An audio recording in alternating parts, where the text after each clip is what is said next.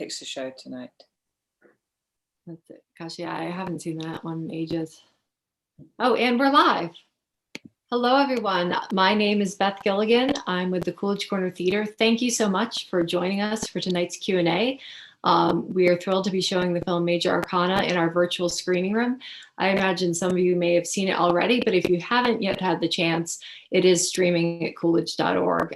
Anytime you stream or rent a film from us, it does help our nonprofit organization during this time. It's been a long haul, but we're so glad to still be offering these films and conversations and classes. We have a lot of great stuff going on coming up, so check that out at coolidge.org. Tonight, we are thrilled to have writer-director Josh Melrod with us, along with actress Tara Summers, who plays Sierra in the film. Josh attended the MFA program for creative writing at Washington University in St. Louis, and his work as a visual artist is included in the permanent collections of the Boston Public Library, so we can check it out in our own hometown, University of Vermont and at Dartmouth College. He's been a film editor and producer since 2011, and this is his debut film.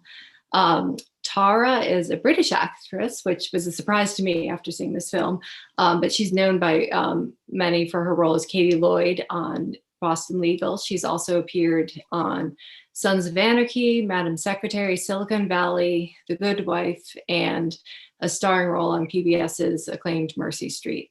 Most recently, she was in Wonderland opposite Zoe Kravitz.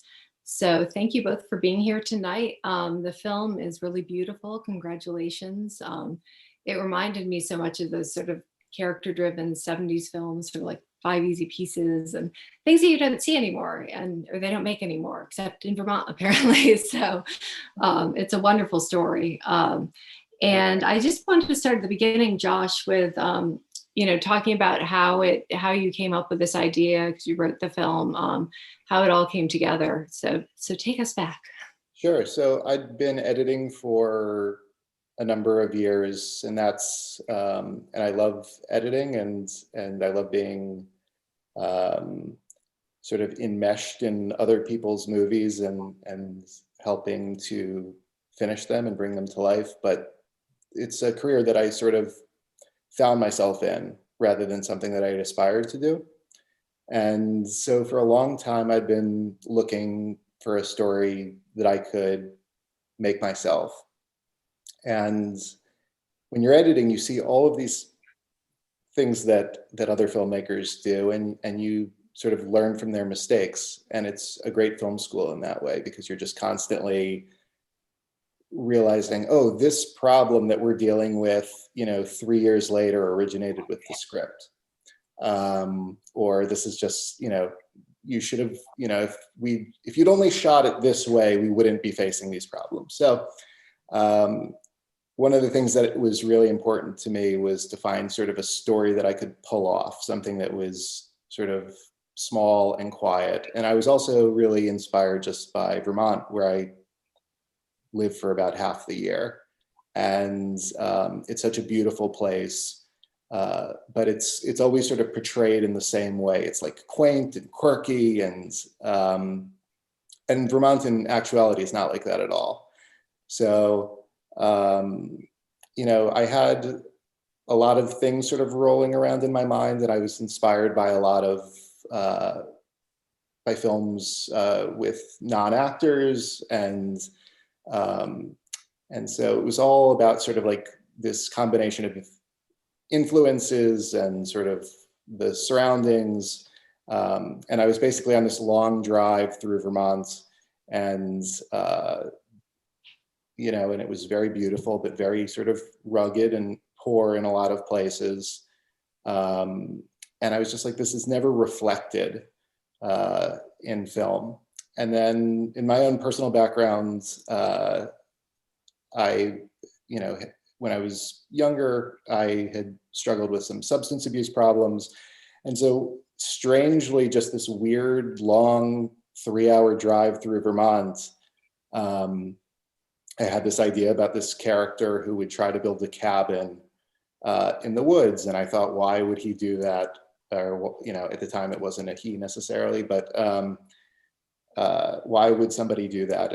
And gradually it all sort of came together so that by the time I reached where I was going, I had the beginning, middle, and end. And so I sort of set a goal for myself, which was that I was going to write every day until I actually got the story on paper. And at a certain point, I started telling people I was going to make a movie. And at that point, I couldn't go back because I didn't want to say that I was doing something and not actually do it. And that was a good kick in the ass. And so yeah, so the script in the movie, I watched it the other night, having not seen it for a long time. And I was sort of amazed at how closely it resembles what I had sort of conceived of all those years ago. So you stuck with it. That's great. So the film, it's anchored by these beautiful lead performances. One of the actor who plays Dink is a first-time actor, non-professional actor, as I understand it. Tara, what was that like for you working with because you have a vast resume, you've done TV, you've done movies. Was that an adjustment? And Josh, can you talk a little bit about how you found Ujan? Who is it? Ujan? Am I pronouncing that correctly? Ujan. Ujan, who plays Dink in the film. Tara, you go ahead. Well, yes, it was definitely a novel experience to have that. I've sort of made this analogy before that it's like working with animals or children because you don't really know.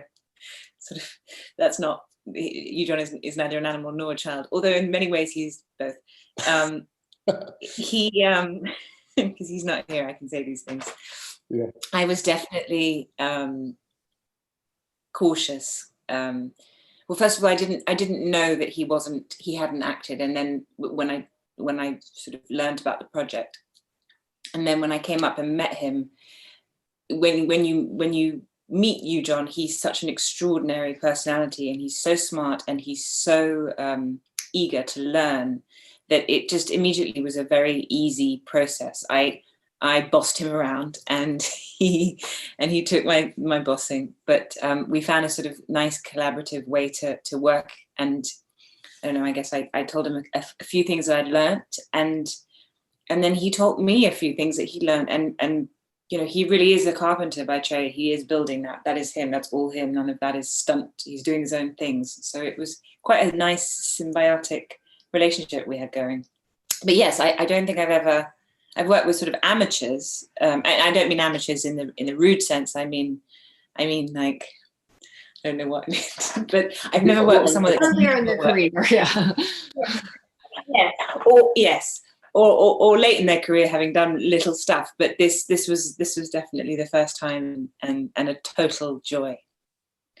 Yeah, and so finding you, John, was sort of, I was working, I was editing from home and sort of writing the script, and I would write a little bit each day.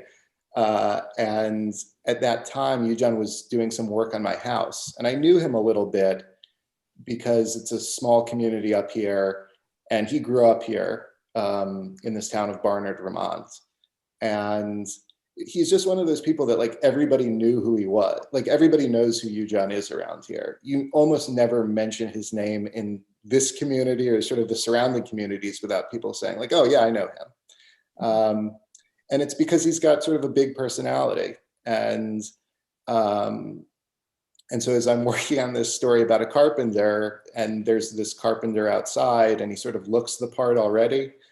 And I approached him and I said, would you be interested in reading this script that I'm writing? Like, have you ever acted before? And he said, no. I said, have you ever built a cabin? And he said, like loads of cabins. And so we met, I gave him the script and he read it and he was really into it. And he's so, as Tara said, he's got so much energy. So he like dove into it.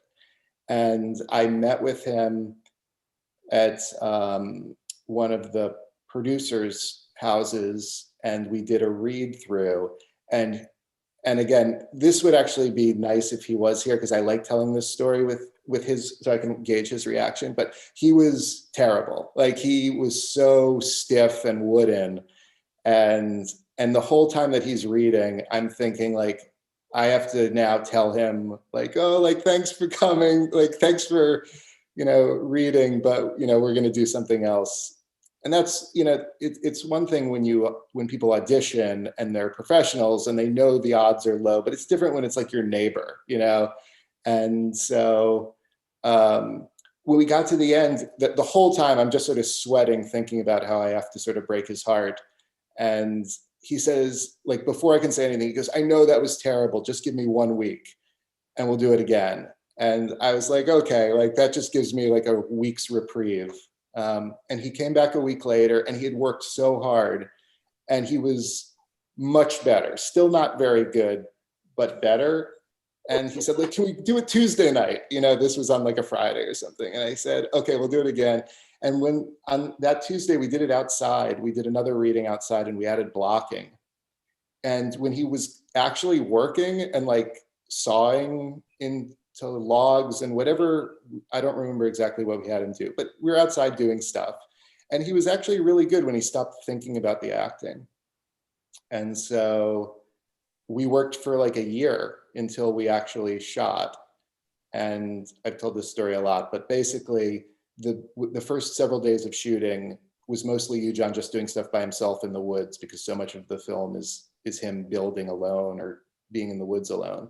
And so Tara didn't arrive for a few days. And at that point, he had only had a couple of very few lines at all. And she arrived and they had one scene together and it went fine. And up to that point, Yujan's acting, I thought, was like, we're going to be able to pull this out. We can make it work. And then once Tara arrived and they started working together, it was like night and day, to the point where like everyone in the crew started saying like, Yujan's like suddenly gotten really good. And it was because they developed this rapport like within a few days. And it was really amazing to just sort of see him transform over the 4 weeks. And towards the end, when they would have scenes together, it was just so much fun because it was just, they understood each other really well. And it was like directing, not like directing an actor and a non-actor, which is why we cast Tara, because we wanted two non-actors. Seemed overwhelming to me, but by the end it was like directing two actors, and you could ask him to do things that you wouldn't expect a non-actor to do, and to be able to sort of absorb and then implement. And that was like one of my favorite parts of that whole process, was watching that transformation and watching their relationship sort of come together. So at what stage, so Yujan was involved with the film for a long time. At what stage and how did you get involved with it, Tara? I was sent the script, I think, in July of, so 2 months before we started. And I auditioned. I went and met Josh and auditioned, and didn't think he thought I was very good. Because all he just said was, could you do it again but slower or something? And then I think that was it. And then I walked out and no, I didn't get that. And then they rang and offered the part, which was quite a shock. And then I guess I had about 3 or 4 weeks before I went up to Vermont. And then it was just, you're up there into the woods, and off we went. Yeah. So was it? Did you feel a difference between, because you worked on shows like Boston Legal, big budget kind of TV film sets? Was it a different vibe going up into the woods in Vermont? Extremely. I was sort of I was warned before that there was going to be there was no sort of cell phone reception where I was going, and it was a very small town. And then I tried to look up Yujan, and he's not really features online. So I really didn't have any idea what was, and I've never been to Vermont, but I came up and sort of looking for my trailer, and there was no trailer. And and we had a really small crew, but it just was, every single person wanted to be there for the love of the project, and that is a very special environment to be part of when it's such a labor of love. And I loved the script so much that I was game for really whatever. And I've not played a part like Sierra before, in so much as she's much darker than anyone I usually play. So the whole thing was sort of like an outward bound adventure meets a gritty sort of chance to sink my teeth into something. So I was up for it, and everyone was so nice. So the first day, I thought, oh, I'm in good hands, even if I have to shit in the woods. Yeah. Yeah, no, Vermont does play such a large role in it. And it's interesting because, in thinking about some of the other character-driven movies I was talking about, it's often Rust Belt towns or somewhere in the South. And I feel like Vermont really doesn't feature into film. I guess there's like Baby Boom. Sorry, that was like the first example that came to, but it is the kind of more quaint story, like small town New England stories. So can you talk a little bit about, were you working with an all Vermont crew? What was it? Where were you filming? What this experience was like versus, some of the sets that you've been on as a producer or, observed as an editor? I mean, we mostly shot, and the cabin was built in the town of Barnard, which is a very small town. It's got a beautiful lake called Silver Lake at its center, which makes a very brief appearance in the movie. And then in the surrounding towns of Woodstock, South Royalton, Sharon, White River Junction. So we shot it. These are all adjacent towns within a handful of miles. What's that? Bethel, yes. I don't want to leave anyone out. But a lot of that was because, this was all part of my, how can I sort of pull off a movie? And it was to sort of involve the community. And so there was a lot of community involvement. It was mostly in the form of locations and background actors, and you, John, of course. The crew itself was almost all New York and Austin, Texas based. And again, it was like it's a low budget movie. So to make it happen, I wanted talented people, but you have to make some compromises and you can't pay people what they would ordinarily want to be paid. So in exchange for working for less than their rate, I would say, come up to Vermont, and instead of spending August and September in the heat of New York or the heat of Austin, Texas, come to Vermont and work on this movie. And people really did respond to that, and people really did respond to the script. And I think that's why we had such a tight-knit crew, and everyone, the Vermont people got along with the New York and Texas people. And it was just, it really was a sort of uniquely warm environment. And also, like, just in the years since we shot the film, the number of people that have returned just to hang out is sort of shocking to me and wonderful. So it was great. Oh, that's wonderful. So you've mentioned the cabin a few times. So you really built this cabin. Can you talk more about that, or you, John, really built it? Is it still standing? How did all of that transpire? And was that your vision from the beginning, that it had to be 100%, captured on film? It was, I had a lot of preconceived ideas. When you're making a movie with a sort of with realism in mind, I wanted at that time, being a first-time director, was all about authenticity and all of these things. And when Tara talks about why I played my cards close to the vest when we were casting, it's because she was British and she's funny, and and I thought we needed a very authentic sort of New England actress, or somebody from the Rust Belt. It was, so I had a lot of these ideas, and one of them, these preconceived ideas, and one of them was about the cabin, that we needed to build the cabin. And that's one that I'm really glad that I actually put my foot down, because it's such a big character in the movie. And so Eujon is doing all of the things in the movie. Like when he lifts the timbers that he lifts are 400 or 500 or 600 pounds, and he's dragging them through the woods. He did actually do that. And when he's sawing or chiseling, he's doing it in the moment. But we had 2 amazing, very skilled carpenters who actually built the cabin, and they started about 9 weeks before we started shooting, with all of these timbers, and they carved out. It's a post and beam cabin, so it's all joints that are held together by gravity. So there's no nails or anything.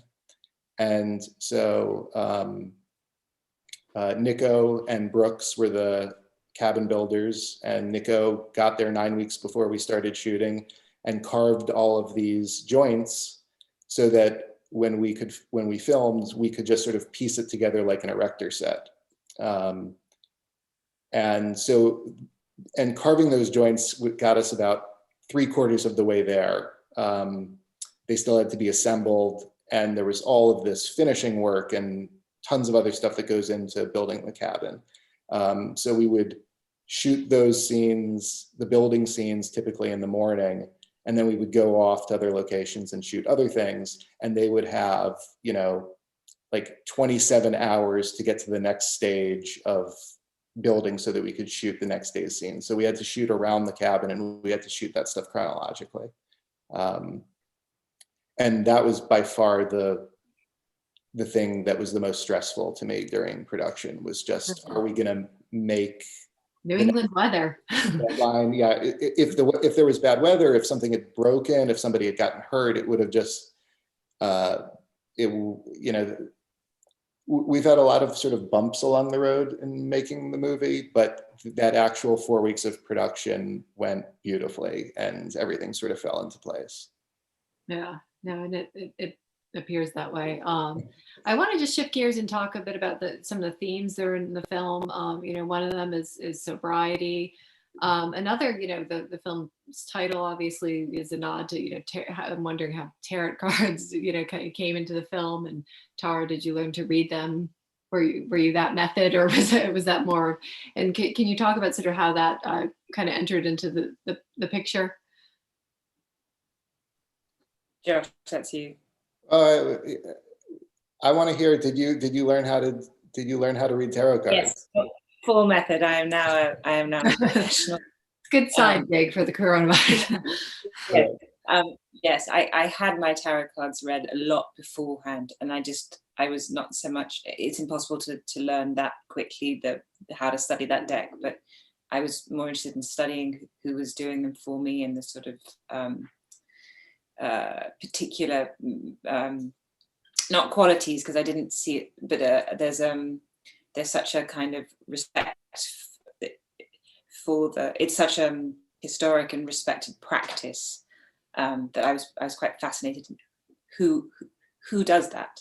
And so that's sort of, I went around New York City trying to get my tarot cards read, and took some inspiration off a few women.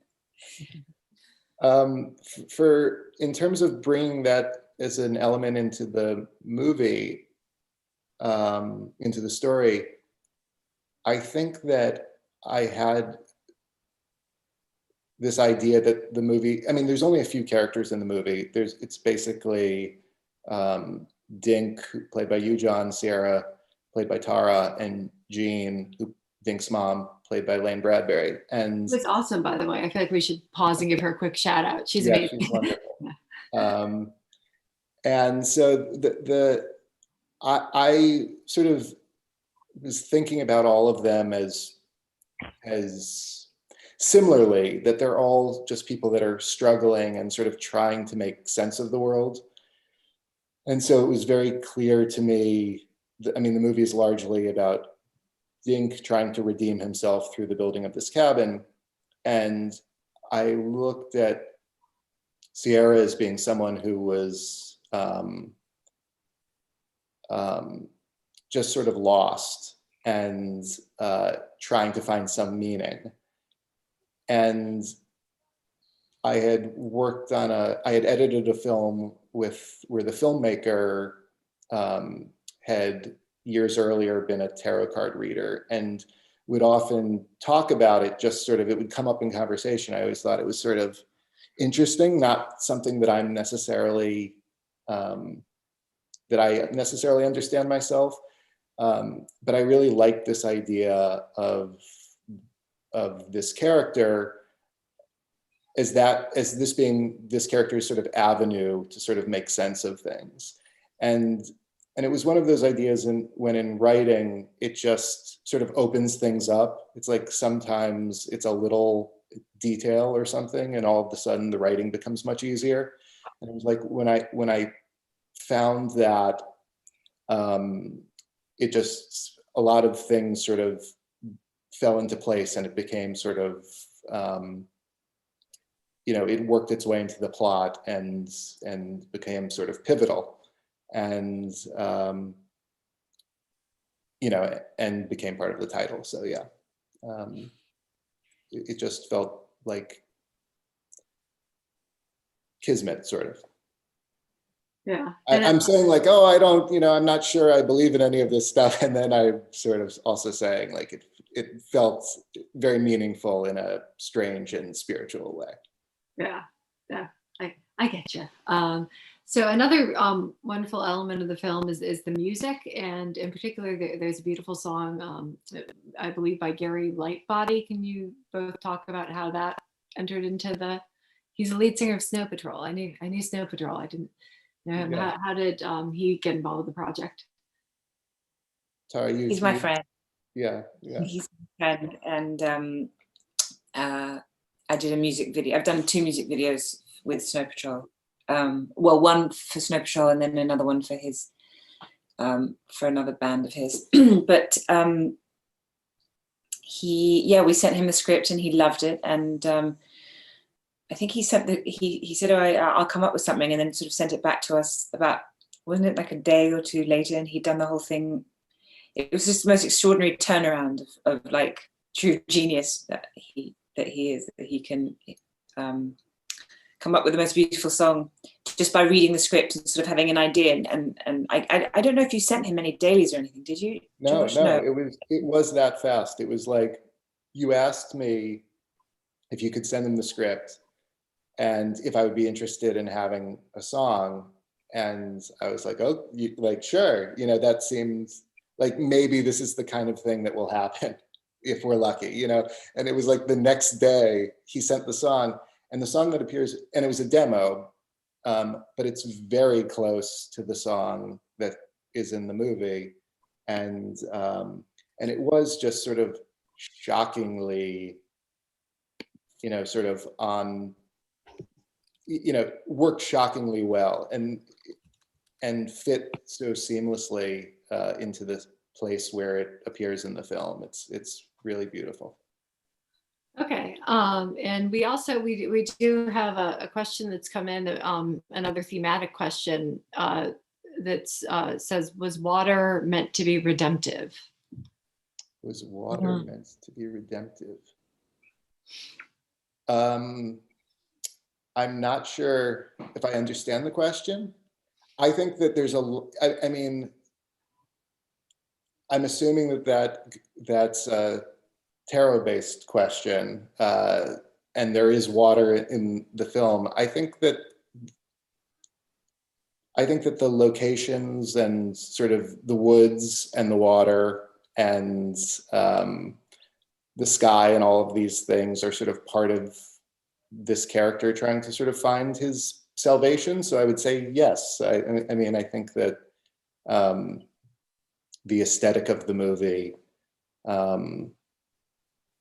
plays into sort of him trying to be at peace or find peace.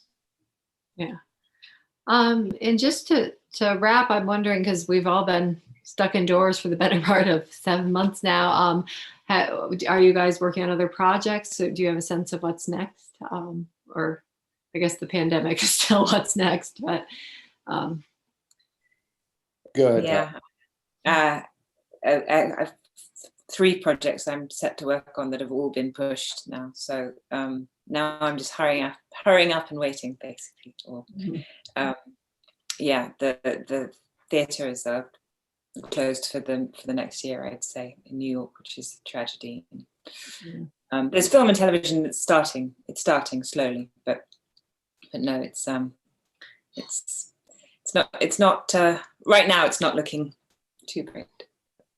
Fingers crossed. And I'm editing. I'm still able to. I'm editing some films that started sort of before the pandemic, and then have been writing a lot. So I have a couple of things to hopefully make when this all ends and there's some return to what we used to call normal. Will any of them be set in Vermont? New England. Yeah. No, yeah, Vermont. Yeah. Vermont. You commit right now. Well, we look forward to seeing what you both are doing next. I'm so sorry we couldn't be together in person at the Coolidge, but maybe we can do an encore screening once we're past all of this. But thank you both for joining us. Congratulations on the film. Again, if people haven't seen it, please check it out at coolidge.org. Thank you so much and have a good night. Thank you. Good night.